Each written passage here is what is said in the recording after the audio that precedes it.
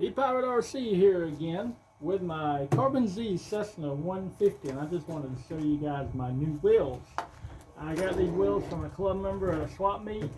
They're foam. They have a little bit of give, unlike the solid rubbery stock wheels, and these seem to be less bounce. Now these wheels are a whole lot thinner, so you should be able to see here that I put a piece of carbon, not carbon, but copper piece in here, and put a washer on the back side just so it don't have a lot of play. I really need to get a washer for the front side also, but I mean it can wiggle a little bit, but it's not going to fall off. I've got 3 or 4 flights with it like that, and I think it definitely improves the airplane. It just, those stock wheels were kind of bumpy. Here, I'll give you an up close view of it.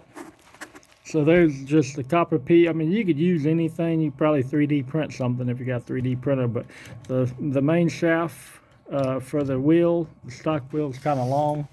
So, but use same pin and all. Very simple. Just pull the pin out, pop the original wheel off. The hardest part, or the longest part, was cutting the tubing for and trying to find a washer that would go on here. I had to actually open up the hole of my washer. I mean, it's not tight, but you could definitely do it a little bit snugger. Take a little bit of the play out, but I don't really hear no vibration while it's flying, so I'm happy with it. So I just got to get the tail wheel where I want it. I had some problems with the stock tiller arm.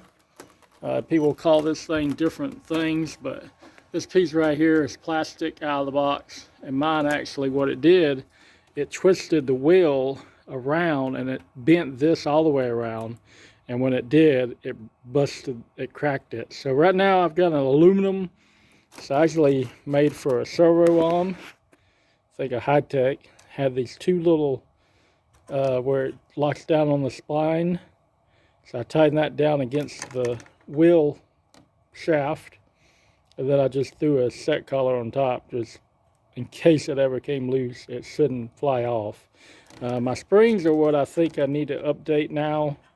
I think I need to find new ones. I went with solid wire on here, and it was binding my rudder. I think because of the way this funky rudder turns, it doesn't turn normal. I haven't flown it with this aluminum one on yet, but I'm hoping it's going to do okay. Notice my spring's a little bit off right here. I might have trouble keeping it. Got bent. This one got really bad bent when I was flying last time with it, so I ended up just ripping them off. But I think it needs to be steerable, especially on asphalt.